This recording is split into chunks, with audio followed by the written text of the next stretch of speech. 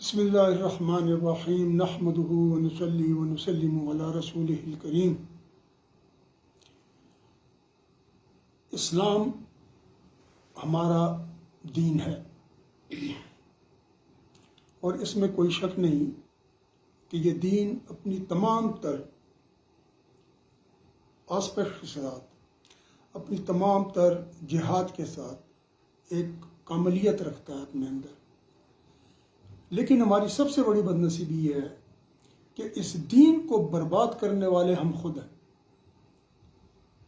ہمارے جو کچھ تو علماء ہیں ہمارے، اور کچھ جنہوں نے پراپر ایک علم حاصل کیا اور ایک پراپر طریقے سے انہوں نے اپنی دینی تعلیم حاصل کی ہے، اور کچھ وہ لوگ ہیں جنہوں نے کہیں سے علم حاصل نہیں کیا۔ کسی نے سائیکالوجی میں کچھ کیا ہوا ہے، کسی نے انجینئرنگ میں کچھ کیا ہوا ہے، کسی نے کہیں پہ کچھ کیا ہوا ہے، کسی نے کون سا سبجیکٹ پڑھا ہوا ہے، لیکن وہ دین کا ایسا چودھری بنا ہے اور اس کا ویژن اتنا تنگ ہے کہ اس نے دین کو مزید تباہ کر کے رکھ دیا۔ اب اگر آپ اس چیز کو دیکھیں کہ دنیا میں ہمارے ارد گرد کیا ہو رہا ہے، تو آپ کو ایک چیز کا پتہ چلے گا کہ اسلام کے خلاف تمام دنیا اکٹھی ہو گئی ہے۔ اس کے اندر خصوصیت کے ساتھ ایتھیسٹ یا ایتھیزم جو چل رہا ہے اس وقت، جس کو اردو میں دہریت کہہ لیں آپ، اس کے دو بہت بڑے پیروکار اور اس کے دو بہت بڑے پرچار کرنے والے ہیں۔ ان میں سے ایک کا نام ہے کرسٹوفر ہچنز، یہ غالباً مر گیا ہے۔ دوسرا ہے رچرڈ ڈاکنز، یہ ابھی زندہ ہے۔ لیکن آج کل جو یوٹیوب کا قصہ چل رہا ہے، جس طریقے سے یوٹیوب موجود ہے، اس کے اندر کوئی بھی نہیں مرتا، وہ مرنے کے بعد بھی زندہ رہتا ہے اور اس کی وہ تعلیمات چلتی رہتی ہیں، کیونکہ اس کی ویڈیو کو لوگ چلاتے رہتے ہیں۔ انہوں نے اسلام کو جس طریقے سے بدنام کیا ہے، جس طریقے سے انہوں نے اسلام کے اوپر یلغار کی ہے، آپ یقین کریں کہ اس سے زیادہ عیسائیت اور یہودیت نے انسانیت کو نقصان پہنچایا ہے۔ دو بڑی جنگیں عظیم عیسائیوں کے بیچ میں لڑی گئی ہیں۔ ایٹم بم امریکہ نے پھینکا ہے، قتل و غارت امریکہ نے کی ہے، خواتین کی عصمت دری جنگ عظیم اول اور دوم میں انہوں نے ہی کی ہے۔ لیکن بدنام آج بھی اسلام ہے۔ وجہ کیا ہے؟ وجہ یہ ہے کہ یہ جو نام نہاد لوگ آئے ہوئے ہیں نا ہمارے یہاں پر شروع سے اب تک، وہ علماء حق تو چلے گئے نا۔ علماء حق کی تعداد کم بھی ہوتی ہے، لیکن یہ علماء سو اور اسپیشلی یہ جو لونڈے آئے ہوئے ہیں آج کل کے، ان کو میں لونڈا کہوں گا۔ کوئی ٹائی کوٹ پہن کے آ جاتا ہے، کوئی کس طریقے سے آ جاتا ہے، کوئی کس طریقے سے آ جاتا ہے، ٹھیک ہے نا۔ لیکن بات یہ ہے کہ وہ لوگوں کو سکھا کیا رہے ہیں۔ انہوں نے مزید کام خراب کیا۔ ہائیڈ پارک انگلینڈ میں ایک جگہ ہے، وہاں پر یہ ہر اتوار کو، اس کو کہتے ہیں، بڑا اچھا نام انہوں نے رکھا ہوا ہے، ڈیبیٹ ڈسکشن کارنر کے اس طریقے سے کچھ انہوں نے اس کا نام رکھا ہوا ہے۔ وہاں پر یہ لوگ اکٹھے ہوتے ہیں۔ ادھر ایک عورت آتی ہے، ترکی کی ہے، عیسائی ہو گئی ہے، مسلمان تھی عیسائی ہو گئی ہے، اس کا نام خاتون ہے، خاتون۔ اس نے اب ان لوگوں کو پکڑا ہوا ہے۔ یہ جتنے بھی وہ لوگ نہیں ہیں جو کہتے ہیں کہ یا رسول اللہ کہنا شرک ہے، جو کہتے ہیں کہ رفع الیدین لازمی ہے، رفع الیدین کے بعد نماز نہیں ہوتی اس کے بغیر، جو کہتے ہیں کہ نماز میں فرض ضروری ہے، سنت بے شک چھوڑ دو، اس طرح کے جو لوگ آئے ہوئے ہیں، اس نے ان لوگوں کو پکڑا ہوا ہے۔ وہ جہاں تقریر کرتے ہیں وہ پہنچ جاتی ہے کہ تم تو اپنے نبی پاک صلی اللہ علیہ وسلم کی عبادت کرتے ہو۔ ان لوگوں نے شرک شرک شرک کا ایک ایسا نعرہ لگایا ہے کہ انہوں نے اچھے خاصے مسلمانوں کو، اچھے خاصے توحید پرست مومنوں کو انہوں نے مشرک کہنا شروع کر دیا۔ اس نے ان کو پکڑ لیا کہ تم التحیات للہ والصلوات والطیبات والسلام علیک یا ایھا النبی ورحمۃ اللہ وبرکاتہ۔ یا ایھا النبی پہ اس نے گھیر لیا۔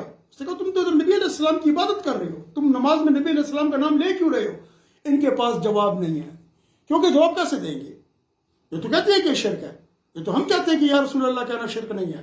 یا ایھا النبی ندا ہے، اور ندا بھی یہ کہ خطاب کے ساتھ ندا ہے۔ اور جب آپ یا ایھا النبی پڑھیں گے تو مرقات کی جلد نمبر 3 غالباً باب تشہد میں امام غزالی کا قول نقل کیا حضرت ملا علی قاری رحمۃ اللہ علیہ نے. انہوں نے یہ فرمایا ہے کہ جب تم نماز پڑھ کے اتحیات پر یا ایھا النبی پہ پہنچو گے تو نبی علیہ السلام مبارک کو اپنے قلب میں تصور کرو گے ان کا، کیونکہ یہ صیغہ خطاب ہے، یا ایھا النبی ورحمۃ اللہ وبرکاتہ. اب آپ مجھے یہ بتائیں، یہ آگے آگے بھاگ رہے ہوتے ہیں، وہ پیچھے پیچھے چل رہی ہوتی ہے. ان لوگوں نے اس طریقے سے دین کا بیڑا غرق کیا ہے کہ کوئی اور کسی اور دشمن کو ہمیں ضرورت نہیں ہے. ان لوگوں نے کر دیا. پاکستان کے اندر اب یوٹیوب ہے اور یوٹیوب کے اوپر بہت بیٹھے ہوئے ہیں جی. کسی کا اپنا ایک عقیدہ ہے، کسی کا دوسرا عقیدہ ہے، کسی کا تیسرا عقیدہ ہے، قرآن کی آیات کی غلط تفاسیر ہے. ایک آدمی کہتا ہے کہ حضرت برقیہ رحمۃ اللہ تعالیٰ علیہ جو سلمان علیہ السلام مبارک کے بہت قریبی دوستوں میں سے، احباب میں سے، صحابہ میں سے، کہتا ہے یہ دجال بن کے آئے گا. اب آپ مجھے بتائیں کہ یہ کیا طریقہ کار ہے اور کون سی صورت حال ہے. مطلب یہ کہ ان لوگوں کے پاس جتنے بھی یوٹیوب پہ بیٹھے ہیں کوئی ویژن نہیں ہے، اور جب ویژن نہیں ہے تو انہوں نے رفع الیدین ضروری ہے، نماز میں ہاتھ ناف کے نیچے باندھنے ہیں کہ سینے پہ باندھنے ہیں، اور پائنچے جو ہے تو کتنے اونچے ہونے چاہیے، اور قمیص کتنی بڑی ہونی چاہیے، اور داڑھی کتنی ہونی چاہیے، اور پٹکا کہاں پہ باندھنا ہے، اور امامہ کیسے باندھنا ہے. یہ دین اسلام کا کوئی ویژن نہیں ہے. دین اسلام جب آیا نا تو جو بیٹیوں کو زندہ دبایا کرتے تھے ان کو وہاں سے اٹھا کے وہاں پر لے گیا کہ ایک وسیع ترین حکومت ہمارے پاس تھی اور ہم نے بڑے بڑے کفار کو دبا کے رکھ دیا. آج وہی لوگ ہمارا مذاق اڑا رہے ہیں، اور اس کی بنیادی وجہ یہ لوگ ہیں جو ٹائیاں لگا کر اور داڑیاں رکھ کے اور آ گئے اور پاک کلاس شروع کیا ہوا. کسی نے کچھ شروع کیا، کسی نے کچھ شروع کیا، اور ہر ایک آدمی اپنی ایک بحث ہے، اور بحث ایک ہی ہے کہ شرک اور شرک اور شرک. شرک ہم مسلمانوں میں بالکل نہیں ہے الحمدللہ. میں آگے چل کر جو دو بنیادی چیزیں ہیں جن پر کہ میں نے بنیادی توجہ دی ہے اور جن کو میں اہمیت دینا چاہ رہا ہوں، ایک تو ہمارا فقہ ہے کہ ہمارے لوگوں کو پتہ ہی نہیں ہے. کیونکہ میں بہت ساری بدعات دیکھتا ہوں وضو کے دوران اور اس طرح عبادت کے دوران اور باقی چیزوں میں، لیکن اس کے علاوہ جو چیز میں دیکھتا ہوں وہ یہ ہے کہ ہمارے لوگوں کو عقیدے کا پتہ ہی نہیں. ہر آدمی ایک دوسرے کے خلاف لگا ہوا ہے اور اس کو شکست دینے پر تلا ہوا ہے. اس کے اندر وہ ایجوکیٹ کرنا بھول گیا. ہم نے لوگوں کو ایجوکیٹ کرنا ہے، صحیح معنوں میں ایجوکیٹ کرنا ہے.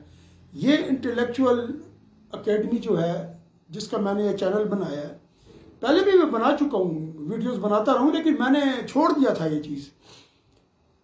لیکن اب میں نے دوبارہ جب ان چیزوں کو دیکھا تو میں ایک اور طریقے سے اور ایک اور ہمت کے ساتھ واپس آیا ہوں.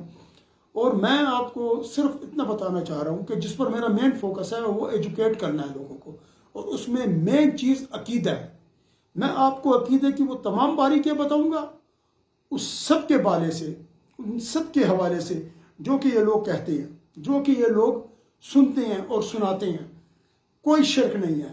شرک کی تعریف بھی میں آپ کو بتاؤں گا. شرک کہتے کس کو ہیں؟ اگر جو تعریف یہ لوگ شرک کی کر رہے ہیں نا، اس تعریف کے مطابق نوکری آپ پر حرام ہے. نوکری کرنا شرک ہے، علاج کروانا شرک ہے. اس کے علاوہ اور بہت سارے ایسے مسائل ہیں جو کہ شرک میں آتی ہیں.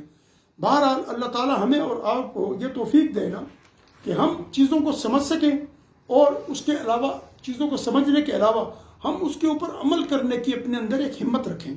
دوسری بات یہ کہ اس جو ویژن کی میں نے بات کی تھی اس میں اسلام کا صرف یہ ویژن نہیں ہے. اسلام کی صرف یہ حقیقت نہیں ہے کہ وہ نماز روزے کے لیے آیا ہے. اسلام ایک کوڈ آف لائف ہے. اس کے اندر اس کا پولیٹیکل سسٹم ہے، اس کا اکنامک سسٹم ہے، اس کے پاس اپنی سویلائزیشن اور کلچر کا نظام ہے، اس کے پاس اپنے اخلاقیات اور مورل ویلیوز ہیں، اس کے پاس ایتھکس ہے، اس کے پاس وہ بنیادی تمام کے تمام جس کو آپ اجزاء کہہ لیں، جس سے کہ ایک تہذیب، ثقافت یا ایک نظام بنتا ہے، وہ اس کے پاس موجود ہے. اس کے اوپر آج تک کسی نے بات کی ہے. میں انشاءاللہ تعالیٰ اس پر گفتگو بھی کروں گا اور اس پر بات بھی کروں گا. اور اسپیشلی آج کل جو پاکستان کے حالات بنے ہوئے ہیں اس کے اوپر میں قرآن و حدیث کی روشنی میں عمران خان کے بارے میں یہ بتاؤں گا کہ اس کا مقام کیا ہے اس وقت، اور میں باقی یہ جو 14 پارٹیاں ایک طرف بن گئی ہیں اس کا بھی میں کچا چھٹا کھول کے رکھ دوں گا قرآن اور حدیث کے حوالے سے. آپ جب ان حدیثوں کو سنیں گی تو آپ کو پتہ لگے گا کہ ہمارے علماء اور ہمارے یہ ملا اپنے دین کے ساتھ کیا ظلم کر رہے ہیں. بہت کم علماء ہیں، آپ کے ٹوٹل 10% علماء بھی نہیں ہوں گے جو کہ دین کے لیے کچھ کر رہے ہیں. ہر آدمی دولت کے پیچھے بھاگ رہا ہے. اللہ تعالیٰ اس قسم کی اس سے ہمیں اپنے حفظ و امان میں رکھے. وآخر دعوانا ان الحمد للہ رب العالمین وصلی اللہ تعالی علی خیر خلقہ ونور عرشہ محمد وعلی آلہ واصحابہ اجمعین برحمتک یا ارحم الراحمین.